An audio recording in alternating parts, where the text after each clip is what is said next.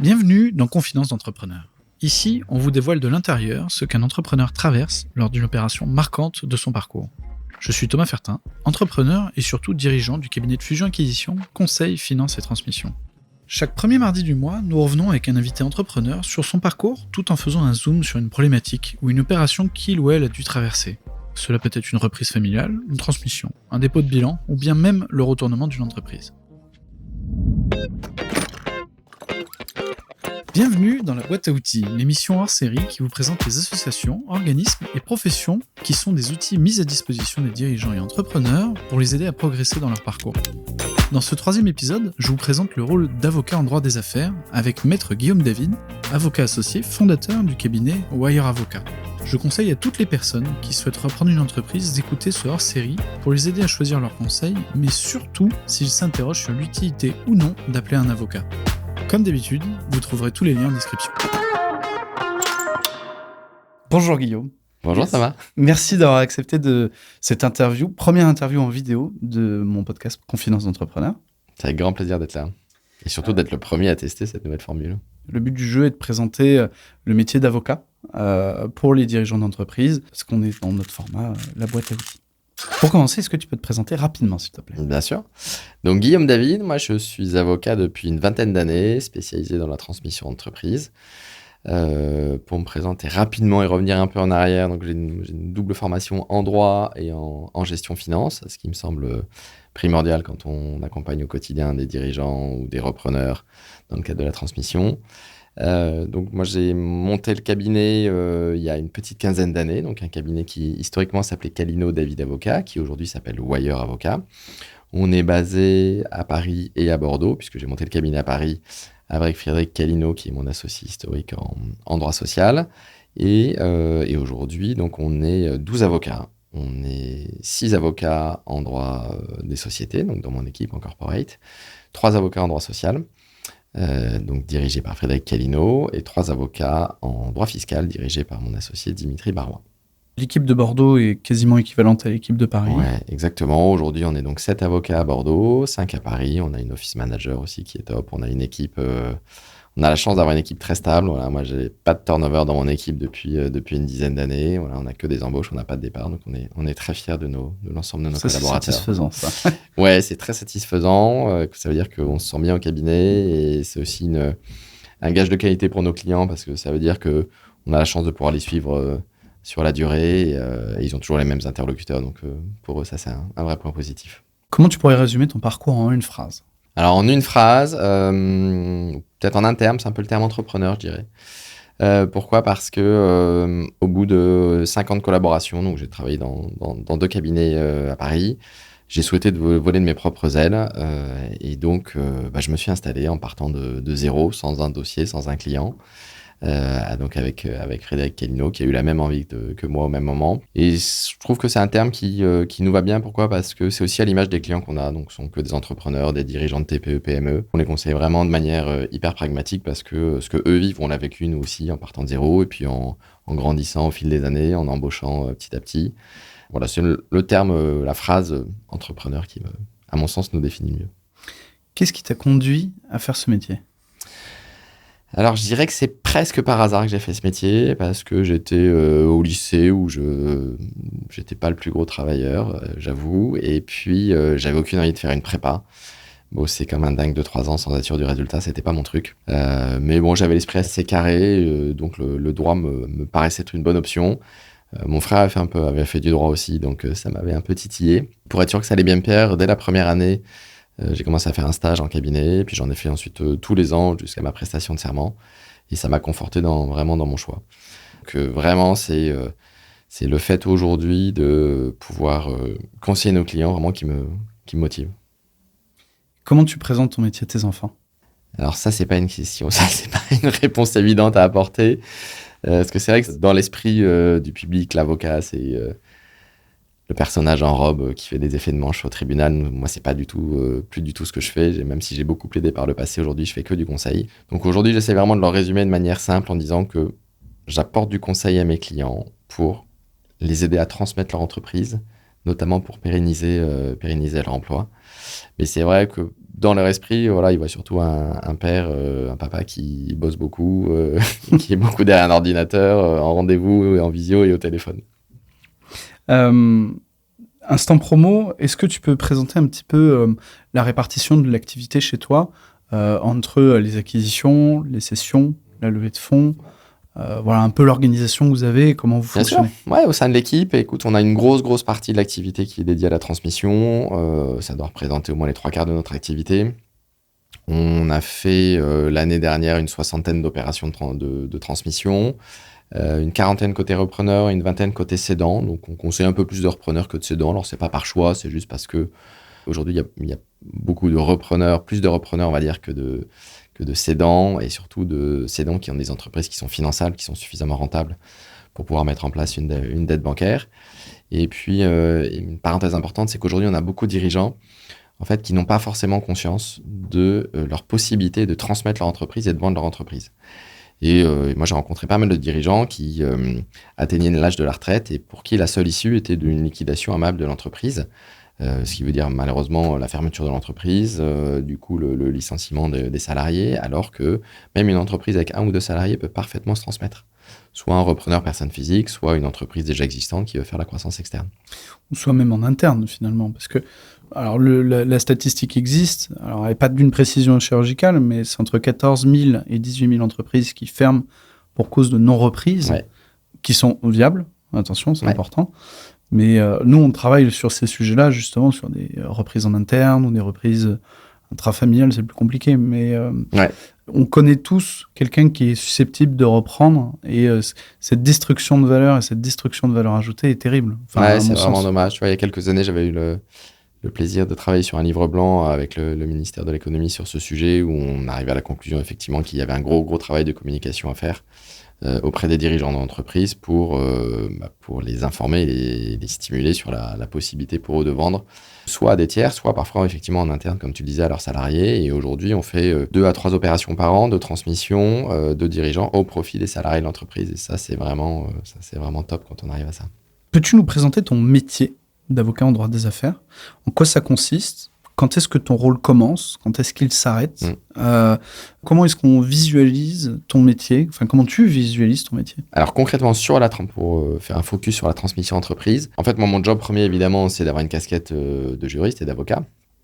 Donc, c'est de conseiller tous mes clients sur la rédaction de la documentation juridique. Mais en fait, on commence bien en amont. Pourquoi? Parce que ça fait une quinzaine d'années que je fais quasiment que de la transmission entreprise. Donc, évidemment, je me suis constitué un réseau important auprès d'intermédiaires comme toi, de conseils cédants, de banquiers, de fonds d'investissement, d'experts comptables, d'assureurs, etc. Et donc, on reçoit souvent des teasers de la part de conseils cédants qui nous transmettent des annonces de sociétés à vendre. Et quand nous, on a nos clients, parce que le but, c'est que nos clients viennent nous voir très en amont, avant même d'avoir une cible. Mais ils nous choisissent comme conseil parce qu'ils constituent leur équipe très en avance pour sortir une lettre d'intention s'il le faut en 48 heures. Et donc, pour revenir sur ces annonces d'entreprise à vendre, quand nous, on voit une entreprise qui est à vendre et une annonce qui peut plaire, qui peut coller au desiderata d'un de nos clients, on lui transmet. Donc, on arrive vraiment en amont. Et ensuite, concrètement, comme je te le disais, j'ai fait une double formation en droit et en gestion finance. Donc, même si je ne prends pas à la place des experts comptables ou des experts en valorisation, on a une idée très claire aussi de la valorisation que peut avoir une entreprise. Donc là aussi, on intervient en amont auprès de nos clients pour leur dire un peu ce qu'on pense sur la stratégie aussi de négociation avec soit le cédant, soit le repreneur, selon le côté de la barrière duquel on se trouve. Donc voilà, on intervient en amont. Ensuite, on intervient aussi très concrètement, et c'est là que commence notre travail de rédaction, donc sur la rédaction de la lettre d'intention, qui est un peu le document fondateur, on va dire, dans une opération de transmission, et qui est un document qui fait quelques pages et qui liste toutes les conditions auxquelles le repreneur serait prêt à acquérir l'entreprise. Donc on intervient sur la rédaction de cette lettre d'intention, et puis derrière, on déroule sur tout le processus classique avec la réalisation des audits juridiques, social, fiscal, s'il le faut, la rédaction d'un protocole d'accord sous conditions suspensives, la constitution de la holding du repreneur, la transformation de la cible en SAS, s'il y a des fonds d'investissement, toute la négociation des pactes d'associés, la documentation autour de l'émission d'obligations simples ou convertibles, et puis jusqu'au Graal qui est le closing, la réunion de signature. Et la coupe de champagne. Et la coupe de champagne, évidemment, à l'issue de la signature. Alors, c'est important parce que tu l'as dit, toi, tu commences à travailler au moment de la constitution de l'équipe. C'est pas forcément que à partir du moment où tu as trouvé une cible intéressante et que tu as besoin d'un avocat pour faire une LOI. Non, effectivement, nous, vraiment, ce qu'on dit à nos clients, c'est de nous faire intervenir le plus tôt possible. Alors, si on leur dit ça, c'est pas pour leur facturer plus d'honoraires à la fin, c'est pas du tout comme ça qu'on fonctionne, mais c'est juste pour bien conseiller nos clients parce que... alors, je me suis jamais amusé à calculer, mais j'ai dû faire 300 ou 400 opérations de transmission. Donc, on a l'expérience. On sait comment aborder une négociation avec un cédant. On a souvent des clients qui viennent nous voir en disant, voilà, j'ai trouvé une cible, j'ai rendez-vous demain avec le cédant, qu'est-ce que je lui dis? Donc là, on n'est pas du tout dans le droit, on est juste dans le bon sens. Voilà, on dit à nos clients, voilà, en gros, le premier truc à éviter, c'est ne parlez pas de prix. Sauf si le cédant vous en parle. Mais la première chose, c'est essayez de vous mettre à la place du dirigeant. Est-ce que tous les matins, vous aurez envie de vous lever, de faire possiblement 3/4 d'heure, 1 heure de route pour aller vous asseoir dans le fauteuil du dirigeant? Est-ce que ça, vous y voyez ou pas? Ça, c'est ce qu'on leur dit vraiment en premier. Ensuite, c'est effectivement parler du business de bien comprendre en fait la manière dont fonctionne l'entreprise. Et surtout éviter de mettre le doigt sur les points qui pourraient fâcher en disant « Ah, j'ai vu que dans votre bilan, il y avait tel point, pourquoi, etc. » C'est le meilleur moyen de braquer un cédant.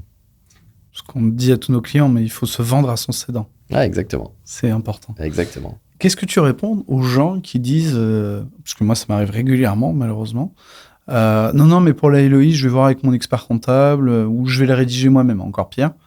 Alors, il y a des experts comptables qui font très bien leur métier et qui font très bien très bonnes LOI. Ouais. Mais moi, ma théorie, c'est qu'on ne se fait pas opérer de la hanche par un dentiste. Mais qu'est-ce que tu leur réponds, toi? Alors, ce que je leur dis surtout, c'est vraiment ce que je disais un peu tout à l'heure, c'est que la lettre d'intention, c'est l'élément fondateur vraiment de l'opération de transmission. C'est un peu vraiment les fondations de la maison. Et si jamais les fondations sont mal faites, la maison peut s'écrouler. Donc, concrètement... nous, on tire pas, on n'est pas là pour tirer la couverture vers nous. Comme tu le disais très justement, il y a des experts comptables qui peuvent très bien rédiger des lettres d'intention, d'autres qui le font moins bien, voilà. Au même titre qu'il y a des conseils repreneurs ou cédants qui peuvent rédiger des lettres d'intention et qui le font aussi, certains le font très très bien. Mais dans tous les cas, on veut les relire. Pourquoi? Parce que rédiger ou même relire une lettre d'intention a fortiori, ça prend pas énormément de temps, c'est vraiment pas ce qui coûte le plus cher. En revanche, et sans faire un cours de droit, même si juridiquement parlant, une lettre d'intention n'est pas juridiquement très engageante, dans l'esprit du cédant, ce qui est marqué dans la lettre d'intention, c'est gravé dans le marbre. Et donc, si on a un client qui vient nous voir avec une lettre d'intention signée en disant voilà ce sur quoi on s'est mis d'accord avec le dirigeant, et qu'on se rend compte à la lecture, parce qu'on en voit des dizaines par an, qu'il y a des trucs qui clochent, derrière, je peux t'assurer qu'on galère et qu'on rame vraiment pour attraper le coup. Donc, si on peut prendre la main sur la rédaction de la lettre d'intention, c'est l'idéal, et c'est d'ailleurs ce qu'on fait dans 95% des cas. Et si derrière, on récupère une lettre d'intention en cours de rédaction ou déjà signée, on croise les doigts pour qu'elle soit bien faite. Et puis, si c'est pas le cas, de toute façon, voilà, on est là pour conseiller au mieux nos clients et on sort les rames pour négocier. Ouais, c'est pas un problème. Il n'est pas trop tard pour faire appel à un avocat post-LOI. Non, pas du tout. Et encore une fois, autant on n'a aucune obligation de faire appel à un avocat dans le cas d'une transmission entreprise, contrairement par exemple à un notaire quand on achète un immeuble, autant on le conseille vraiment. Enfin, encore une fois, je suis pas là pour prêcher pour ma paroisse, entre guillemets. Mais on s'en rend compte, enfin d'ailleurs nos clients nous le disent en disant mais si j'étais pas passé par un avocat, jamais j'y serais arrivé, ou en tout cas jamais à ces conditions-là. Chacun son job, c'est normal. Hein. Et puis il faut sécuriser les opérations, on va y revenir. Mais et qu'est-ce que tu penses des gens qui veulent, pour économiser, parce que c'est toujours le sujet, les honoraires, on va prendre qu'un avocat, par exemple, soit la partie acquéreur, soit la partie cédante. Ouais, alors ça peut fonctionner dans le cas d'une cession de fonds de commerce. En revanche, dans le cas d'une cession de titre avec une garantie d'actifs et de passifs, je le déconseille, enfin pour plusieurs raisons. Déjà, des raisons déontologique aussi, parce que quand on est rédacteur unique, on est censé conseiller, enfin on doit conseiller les deux parties. Et donc quand on a un client qui vient nous voir et qui nous mandate pour le conseiller, on peut pas conseiller l'autre. Enfin c'est très compliqué. Et puis même d'un point de vue, c'est du bon sens, c'est-à-dire que là aussi sans faire un cours de droit, dans le cas d'une transmission, il y a quasi systématiquement ce qu'on appelle une garantie d'actifs et de passifs, c'est-à-dire que le cédant fait tout un tas de déclarations pour indemniser le cas échéant le repreneur si jamais il y a un pépin post-cession dont le fait générateur serait antérieur à la vente. Et là, forcément, il y a des intérêts divergents. C'est-à-dire qu'on a un cédant qui va vouloir garantir le moins possible et un repreneur qui voudrait être garanti le plus possible. Donc, comme les intérêts sont divergents, si tu as un seul avocat qui est assis entre deux chaises, pour rester poli, ça marche pas. Donc, je le fais pas. Je l'ai fait une fois dans un contexte extrêmement particulier avec un cédant, un repreneur qui se connaissait. Dans ce cadre-là, il n'y avait quasiment pas de gap. Mais sinon, c'est très compliqué et je refuse de le faire. Et qu'est-ce que tu réponds aux personnes qui disent « Ah, j'ai un avocat qui me suit depuis longtemps, qui fait le corporate, le légal annuel habituel, et il connaît très bien la boîte, donc je vais faire appel à lui plutôt qu'un tiers que je ne connais pas. » Écoute, pour reprendre ton image qui est très vraie, c'est que tu ne fais pas opérer de la hanche par un dentiste. Et moi, je compare, même si ça peut être un peu simpliste, mais je compare souvent les avocats aux médecins. C'est-à-dire que tu as des généralistes et des spécialistes. Et nous, notre spécialité, c'est vraiment la transmission d'entreprise. Donc, moi, je ne fais pas le divorce de mes clients, je renvoie ça vers des confrères.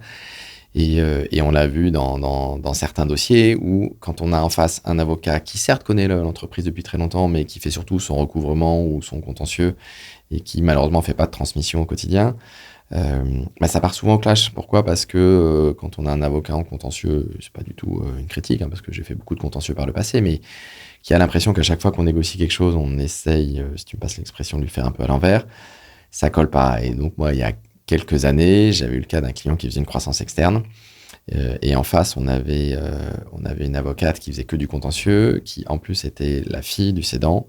Donc il y avait énormément d'affect et évidemment il s'est passé ce qui devait arriver, c'est-à-dire que ça a clashé et les discussions sont pas allées au bout et ça s'est même fini en contentieux.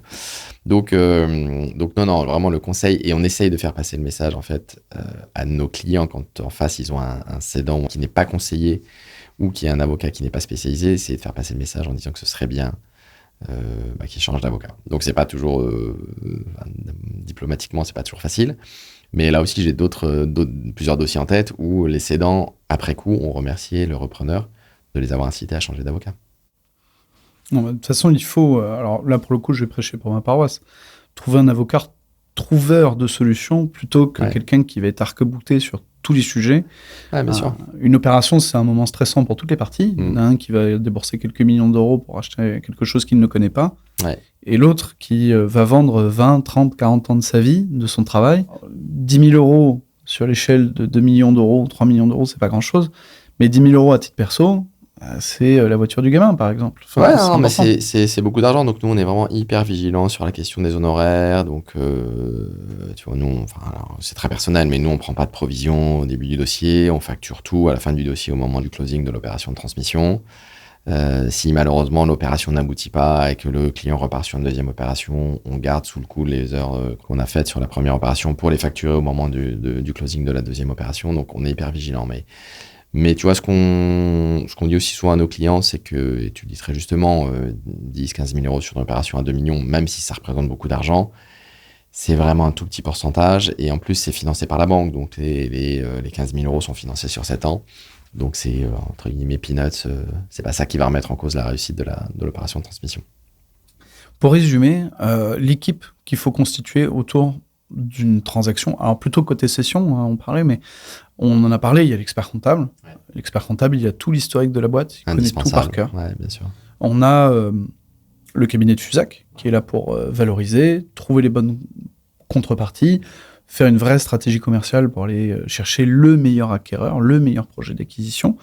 On est là aussi pour mettre un peu d'huile dans les rouages et de faire de la coordination de projet, etc., etc. Le CGP, c'est important d'en parler. On les voit de plus en plus souvent sur les opérations. Donc le conseiller en gestion de patrimoine, qui peuvent intervenir sur des questions, pas forcément d'optimisation fiscale, mais d'amélioration fiscale versus ce qu'on veut faire du fruit de cession. Ce qui est hyper important. Nous, on a des dirigeants, je veux vendre, je veux payer le moins d'impôts possible. Ah, ok, tu veux faire quoi après ? J'aimerais bien acheter une maison ou faire ci ou faire ça. Il faut faire des arbitrages. Si tu veux acheter une maison à Arcachon, c'est mieux de vendre à titre personnel que d'avoir une holding, etc., etc. Donc, c'est hyper important parce que vendre cher, c'est une chose, optimiser la fiscalité, c'en est une autre. Mais au-delà de ça, c'est quel est le projet après ? Ça, c'est hyper important. Et enfin, l'avocat, qui a un rôle, à mon sens, de cadrage et de sécurité de l'opération, parce qu'il est quand même assez garant de la sécurité, de la faisabilité juridique, notamment de l'opération. La légalité de l'opération, ça fait. Voilà, et nous, on va aller chercher des compromis un peu feng shui de temps à autre, on va chercher des trucs un peu capillotractés. Souvent, vous nous recadrez en disant, non, ça, tu peux pas le faire, mais par contre, ça, on peut le faire. Et voilà. Et en fait, cette dream team autour du dirigeant, qu'il soit acquéreur ou cédant d'ailleurs, C'est hyper important parce qu'on a chacun notre point de vue, notre expertise. Je vais reprendre le schéma de la santé, mais tu as des spécialistes et ce qui fait qu'à la fin, tu arrives à guérir et à aller au bout de ton opération. Quels sont les enjeux juridiques majeurs autour d'une opération aujourd'hui? Quels sont vraiment les points de vigilance hyper importants? Les vrais points de vigilance, alors là, tu parlais du cédant, effectivement. En amont, ce qui est important pour un cédant, c'est effectivement toute la fiscalité de l'opération. Donc ça, il y a un travail à faire. Et là aussi, on essaie de faire un peu de pédagogie autour de nos clients dirigeants, et même si c'est à chaque fois un petit coup, hein, encore une fois, qui n'est pas neutre, mais anticiper la fiscalité de l'opération, justement, pour pas se rendre compte à la dernière seconde qu'il faut apporter des titres à une holding ou faire des donations à ses enfants, ce qui pourrait retarder l'opération. Donc ça, c'est un point important. Ensuite, sur les autres aspects juridiques, je pense qu'on a évoqué un peu la garantie d'actifs et de passifs tout à l'heure. C'est attirer l'attention aussi de nos clients quand on est côté cédant, de toiletter un peu l'entreprise avant la cession pour limiter les risques de mise en œuvre de garantie d'actifs et de passifs. Quand on est côté repreneur, c'est vraiment mettre le doigt sur les sujets qui peuvent derrière mener à des passifs. Donc, c'est vraiment le rôle des audits qui est primordial. Mais c'est vrai que, tu vois, dans les opérations de transmission, c'est soumis au droit civil, au droit commercial, au code de commerce. Mais c'est peut-être une branche de droit où il y a un petit peu moins d'application du droit stricto sensu, comme on peut le voir en droit fiscal, comme on peut le voir en droit social ou dans d'autres matières juridiques. Est-ce que tu as des clients qui ont des attentes au-delà de l'aspect juridique? Par exemple, un client qui te dit est-ce que je fais vraiment bien d'y aller? Est-ce que vous pensez que c'est une bonne idée? Ouais, et c'est là que c'est évident, c'est pas évident effectivement de rester dans notre rôle d'avocat stricto sensu, mais comme je te le disais, on a beaucoup d'expérience, donc on a une vision un peu à 360 de l'opération, et on a des clients qui nous font vraiment confiance, parce que ce soit des cédants ou des repreneurs, très souvent c'est la première fois qu'ils font ça. Et donc ils s'appuient vraiment sur nous. Donc il y a au-delà de l'accompagnement juridique stricto sensu, il y a un accompagnement humain qui est hyper important vraiment, qui est vraiment primordial. Et c'est aussi pour ça qu'on a la chance d'accompagner beaucoup de nos clients, c'est que on fait pas que du droit, donc on fait beaucoup d'humain aussi. Quand je présente le cabinet et que j'ai un prospect en face de moi, je leur parle aussi vraiment de ce côté humain, de l'accompagnement, j'allais dire un peu psychologique aussi. Quand on est côté cédant, qu'on a créé sa boîte il y a 30 ans, on vend un peu son bébé. Donc ça, c'est important. Donc il faut préparer la suite aussi. On a beaucoup de dirigeants qui ne préparent pas la suite et qui se retrouvent un peu en haut de la falaise et qui ont un peu la trouille de sauter, et c'est normal. À l'inverse, on a des repreneurs aussi, tu le disais très justement, qui mettent 30 ans d'économie aussi sur la table pour acheter une boîte. Donc c'est pas évident. Donc c'est vraiment l'accompagnement humain, c'est très important. Et c'est ce que disent souvent nos clients, et c'est pour ça qu'on a de la chance aussi. Ils nous recommandent beaucoup auprès de leurs connaissances. C'est que on va au-delà d'un simple conseil juridique. Et est-ce que tu penses que ton accompagnement, ton modus operandi a évolué avec les nouvelles générations? Ça fait 20 ans que tu fais ce métier. Est-ce que tu as des demandes qui évoluent ou une façon de pratiquer qui évolue? Pas tant que ça. On pourra peut-être parler de l'IA 30 secondes aussi sur notre métier, mais très sincèrement, non. Le process, alors c'est vrai que ça s'est un petit peu complexifié en ce sens que les garanties d'actifs et de passifs, on a l'impression qu'il y a c'est comme l'inflation en France, on a l'impression que c'est galopant, on passe de 15 à 40 pages. Bon, même si on se fait pas payer à la page, mais donc là c'est un peu plus compliqué. Après, ce qui est vrai, c'est que ces dernières années, malheureusement, l'économie a quand même eu beaucoup de soubresauts entre le Covid, la guerre en Ukraine, la dissolution, j'en passais des meilleurs. Donc on a des négociations qui sont aussi un peu complexifiées. Donc voilà, ça c'est peut-être un point effectivement qui a évolué. Et puis du coup, le renforcement vraiment de l'aspect humain du conseil qui là aussi s'est développé. Et puis pour faire une petite parenthèse sur l'IA, évidemment ça va influer aussi sur le métier d'avocat, en droit des sociétés notamment, donc par exemple sur tout ce qui est approbation de comptes, ça c'est quelque chose qui à terme va peut-être être amené à disparaître. En revanche, j'ai un peu moins d'inquiétude sur notre métier vraiment dans le cadre de la transmission. Je pense pas que ça nous remplace vraiment dans l'immédiat. Ça peut nous simplifier la vie, effectivement, sur la rédaction de documentation. Mais je te le disais, il y a vraiment un côté humain et psychologique qui est énorme. Et aujourd'hui, l'IA, pour l'instant, on ne peut pas l'aborder. Et donc, ça a rassuré un cédant, rassuré un repreneur. Il n'y a que l'humain, pour l'instant, qui peut le faire. Et puis expliquer aussi. Et expliquer, ouais, évidemment. Ouais, donc, On passe beaucoup de temps à faire de la pédagogie, aussi bien toi que moi. Ouais, Mais c'est vrai. c'est hyper important. Hyper important. Et aujourd'hui, voilà, heureusement, là, nos clients s'appuient plus sur nous que sur ChatGPT ou équivalent. Comment un repreneur ou un cédant doit identifier son équipe? D'après toi, quel est le facteur qu'il doit avoir pour se dire j'ai envie de travailler avec cette personne? Alors, la compétence, évidemment, mais on part du principe que tous les avocats qui font de la transmission sont compétents. Il y a la question des honoraires, mais je ne dis pas qu'elle est annexe, parce qu'on le voit sur le coût de l'avocat est important, bien évidemment, mais comparé à la taille globale de l'opération, c'est vraiment un petit pourcentage. Pour moi, c'est vraiment le facteur humain. C'est un terme que j'ai déjà employé, mais je le dis, je le répète, c'est vraiment primordial. Donc, c'est un feeling, vraiment un bon feeling, parce que encore une fois, les cédants ou les repreneurs, dans 90% des cas de nos clients, c'est la première fois qu'ils rachètent ou qu'ils vendent une boîte. Donc, ils veulent nous faire confiance. Et donc, c'est leur montrer qu'on connaît notre job sur le bout des doigts, qu'on connaît aussi les bons acteurs et qu'on peut leur faire profiter avec plaisir de notre réseau. Et ça les rassure. Parce qu'on a des cédants qui sont très angoissés pour plein de raisons, parce qu'ils sont angoissés de la suite, ils sont angoissés d'annoncer ça à leurs salariés. Ils sont angoissés de savoir est-ce que la boîte va être pérenne, est-ce que le dirigeant, le repreneur va pouvoir conserver les mêmes atouts que l'entreprise, est-ce que ça va pas être un gros chamboulement. Donc on a des cédants stressés, on a des repreneurs stressés parce que ils ont été salariés 10, 15, 20 ans dans une boîte et là ils se retrouvent du jour au lendemain dans une entreprise qu'ils ne connaissent pas, la plupart du temps avec des salariés qu'ils ne connaissent pas, des clients qu'ils ne connaissent pas, souvent un secteur d'activité qu'ils ne maîtrisent pas. Donc voilà, on est là pour les rassurer, pour leur enlever du stress, et ils peuvent s'appuyer sur nous. Voilà, ils savent qu'on est joignable et disponible. Et c'est ça qu'ils viennent rechercher chez nous. Alors, on l'a pas dit, mais on se connaît depuis 10 ans. Ouais. On est tous les deux membres de l'association Le CRA. Ouais. Quand tu t'es installé à Bordeaux, tu faisais énormément de MBI, reprises par personne individuelle. Aujourd'hui, ça s'est un peu plus stabilisé, mais néanmoins, souvent, quand on a un MBI, c'est souvent toi qu'on a en face. Quand nous, on transmet une entreprise, comment est-ce que tu vois le marché aujourd'hui ? Comment est-ce qu'il évolue de ta lorgnette d'avocat ? Ouais. Oui, tu parlais du CRA, donc c'est une association cédant repreneur d'affaires qui est basée... le siège est à Paris, mais il y a des délégations partout en France, et donc il met en relation des cédants et des repreneurs. Donc c'est une super association. Petit coup de pub, je referme la parenthèse. Aujourd'hui, comment je ressens ? On a de plus en plus de repreneurs, on a beaucoup de repreneurs.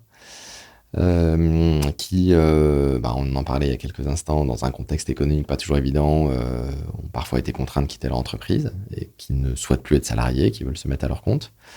On a des cédants qui ont aussi parfois ont du mal un peu à lâcher la rampe. Pourquoi ? Parce que, toujours pour la même raison, contexte économique pas évident, du coup on des bilans qui sont pas terribles, et donc du coup ils se disent non, j'ai pas envie de brader ma boîte alors que ça fait 30 ans que je l'ai montée. Donc on a parfois des difficultés à trouver vraiment le bon prix entre le cédant et le repreneur. Donc là, on a là aussi un travail de pédagogie à faire auprès des cédants, en leur disant que de toute façon, le seul juge de paix, c'est la banque. Et que si le dossier n'est pas finançable, ça sert à rien de vouloir en demander trop, parce que de toute façon, il n'y aura personne en face. Donc voilà, donc c'est peut-être une évolution depuis quelques années sur les négociations qui sont peut-être un petit peu plus délicates à mener. Mais voilà, on arrive à trouver des solutions. Encore une fois, nous, on est là pour défendre au maximum les intérêts de nos clients, qu'on soit repreneur ou cédant, mais on est les premiers à leur dire, voilà, sur tel point, vous pouvez lâcher. Sur la valo, vous pouvez peut-être lâcher un peu pour telle ou telle raison, parce qu'il n'y a pas de récurrence dans l'activité, parce qu'il y a une baisse d'activité, parce que voilà, quelle qu'en soit la raison. Quels sont les atouts, selon toi, entre un repreneur personne physique et un repreneur personne industrielle ? Nous, ce qu'on appelle des industriels, c'est-à-dire un confrère ou une société. Ouais, qui ferait la croissance externe. Personne morale qui fait la croissance externe. Alors là aussi, il n'y a pas de règle. C'est-à-dire que ça va aussi vraiment dépendre de la personnalité du cédant. Donc on a des cédants pour qui la priorité est le chèque, donc le montant du chèque. Donc là, dans ces cas-là, c'est vrai que les personnes morales qui font la croissance externe ont quand même un net avantage sur les personnes physiques, pour plusieurs raisons. La première, c'est que souvent, financièrement, elles ont plus de moyens. Et puis, deuxième raison, c'est qu'il y a souvent des économies d'échelle qui peuvent être faites assez rapidement, donc avec un dirigeant qui n'aura pas à se payer parce qu'il se paye déjà sur sa première société, sur des locaux qui pourront fusionner, entre guillemets, et donc on fait une économie sur un bail commercial, ce qui n'est pas le cas pour une personne physique. Donc ça peut être un avantage effectivement pour une personne morale. On a aussi parfois des dirigeants qui préfèrent privilégier la pérennité avec les salariés en disant c'est quelqu'un de mon secteur qui connaît bien l'activité, donc il y a peut-être moins de risques. Ce qui n'est pas toujours vrai parce que quand on a des doublons dans le cadre d'une croissance externe, on a des salariés qui sautent malheureusement et qui sont licenciés, ce qui n'est pas le cas d'une personne physique. Donc voilà, ça c'est l'avantage des personnes physiques, c'est que généralement elles ne déménagent pas l'entreprise, elles gardent les salariés, elles s'appuient sur l'équipe existante. Et donc quand on a des cédants qui, à prix quasiment égaux entre une personne physique et une personne morale, privilégient vraiment la pérennité de l'entreprise, elles choisissent les personnes physiques. Donc voilà, donc quand j'ai des clients en personnes physiques qui se retrouvent en face avec des personnes morales, je leur dis, c'est pas grave, jouez votre carte à fond. C'est vrai que ce sera pas sur le financier que ça va jouer, mais c'est plus sur vos qualités humaines. Qu'est-ce qui fait un beau dossier pour un avocat ? Alors, ce qui fait un beau dossier pour les avocats, alors après, ça, on va me prendre pour un hypocrite, mais chez moi, en tout cas, c'est pas le montant des honoraires, c'est pas la taille du dossier, nous, on s'en fiche. Nous, ce qu'on veut, c'est que le client soit bien conseillé. Donc, le beau dossier, pour nous, dans la transmission, c'est une transmission réussie. Donc, c'est un cédant qu'on a pu accompagner ou un repreneur qu'on a pu accompagner aussi, qui nous remercie à la fin. Ça, c'est le beau dossier. Que ce soit un dossier à 100 000 euros ou un dossier à 10 millions d'euros, peu importe chez nous. Il n'y a pas de gros ou de petits dossiers. Donc, voilà. Moi, c'est quand les deux parties me remercient. Ouais. Et qui sont tous les deux contents d'avoir fait une bonne OP, c'est que généralement, tu as bien fait ton boulot, quoi. Exactement. Quel conseil tu donnerais à un candidat à la reprise ou à la cession aujourd'hui, qui se pose des questions pour faire une opération ? Alors, quel que soit le côté, encore une fois, qu'on soit cédant ou repreneur, c'est de se faire conseiller. Là aussi, c'est pas du tout pour faire la pub pour les avocats. Voilà, on est face à des dirigeants, des repreneurs qui achètent pour la première fois, qui vendent pour la première fois, donc ils savent pas faire. Donc c'est vraiment prendre des conseils en amont, ne pas se lancer tout seul, parce que c'est le meilleur moyen de se planter, et à vouloir faire économiser quelques centaines ou milliers d'euros, ils en perdent beaucoup plus à la fin, surtout quand ils se sont portés caution personnelle dans le cadre du prêt.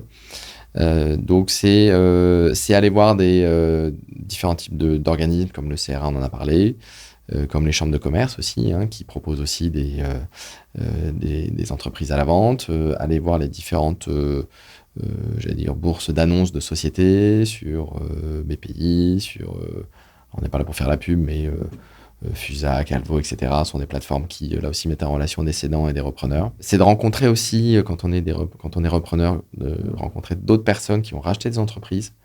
Là aussi, pour savoir quels sont les écueils à éviter, ne pas perdre de temps. Et puis, je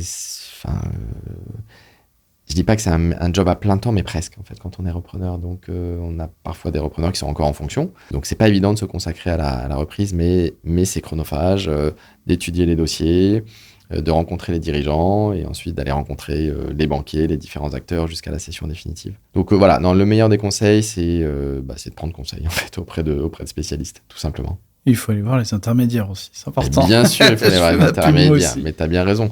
Non, on parlait des associations, mais évidemment des intermédiaires qui ont des mandats de cession et des entreprises avant, donc il faut aller vous voir. Quel conseil tu donnerais à un jeune qui a envie d'embrasser une carrière d'avocat en droit des affaires ? Vas-y, lance-toi. Franchement, c'est un super métier qui mêle à la fois le juridique, qui mêle donc le droit, mais les chiffres aussi, qui mêle l'aspect humain. Je le dis, je le redis, mais c'est vraiment primordial. Faut pas faire ce métier pour l'argent, sinon, franchement, on perd très vite toutes ces illusions. Donc, ce qu'il faut, c'est de faire des stages aussi. Ça, nous, c'est important. Nous, on a systématiquement des stagiaires au cabinet qui sont en licence, en master, qui sont même parfois en second, là, où on les prend une semaine, mais pour leur faire apprendre le métier, ou en terminale aussi, pour savoir s'ils ont envie de se lancer dans le droit. Donc, c'est discuter avec des professionnels, des avocats. Voilà, nous, on est très ouverts à les recevoir. Quand j'étais plus jeune, on m'a consacré beaucoup de temps. Donc, aujourd'hui, c'est normal que je rende l'appareil. Donc, je consacre aussi du temps aux stagiaires, et c'est bien normal.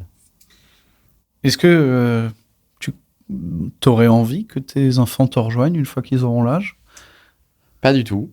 Je pense que c'est pas moi qui veux pas, je pense que c'est eux qui n'ont envie pour l'instant. Non, j'ai des enfants qui, pour l'instant, moi, mon aîné a plutôt envie de bosser, d'être maraîcher ou même son projet actuellement, tu vois, c'est d'aller partir au Brésil pour avoir une exploitation de fruits exotiques. C'est génial. Ouais, c'est génial. Donc, pas du tout dans le droit. Donc, non, et mon épouse est aussi avocate et je sais pas, pourtant, non, le métier est chouette, mais ils n'ont aucune envie de le faire. Et moi, je vais surtout pas les pousser. Donc, non, c'est très bien qu'ils fassent ce dont ils ont envie. Et j'ai pas du tout envie de les faire venir au cabinet. Qu'est-ce qui te passionne le plus dans ton métier? Les relations humaines. Ok. Vraiment. Et à l'inverse, le plus difficile? Le plus difficile dans notre métier, c'est aussi de voir parfois un peu la détresse d'un repreneur qui a passé beaucoup de temps et a misé pas mal d'argent sur une entreprise et qui, à la fin, malheureusement, le dossier ne se fait pas pour différentes raisons, parce qu'on a découvert quelque chose dans le cadre de l'audit qui n'allait pas.